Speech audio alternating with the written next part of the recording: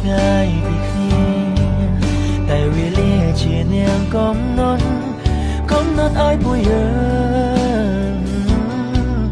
គឺប្រកបជាគូនិស្ស័យរំលីខិតអ្នកគ្មានមេត្តាឲ្យក្តីស្នេហាត្រូវបញ្ចប់តែចិត្តខ្ញុំមិនអាចបញ្ឈប់មិនអាចស្អមរូបអូនបានឡើយមិនទាន់ដល់ពេលវេលា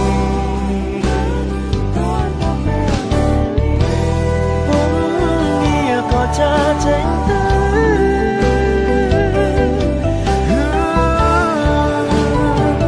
សម្បត្តិនិស្ស័យរលាយក្តីស្នេហ៍យើងហើយអូនអើយមិនអាចបកក្រោយវាហួងអង្ហើយត្រាត្រៃបងមិនអាចបំភ្លេចបើសិនជាតិក្រោយមានពិនសូមឲ្យជីវិតផុតរឿងបែបនេះ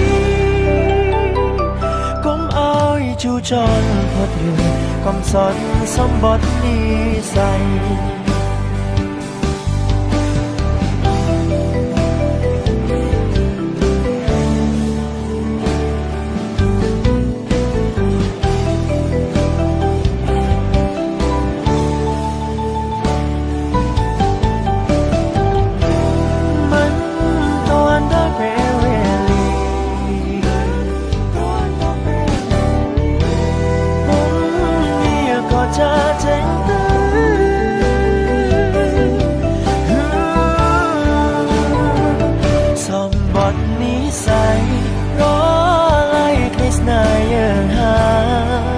អូនអើយមិនអាចបកក្រោ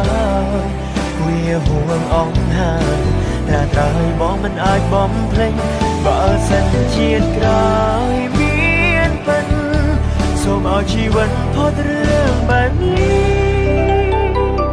កុំឲ្យជូចរផុតរឿងកំសត់សម្បត្តិនិស្ស័យ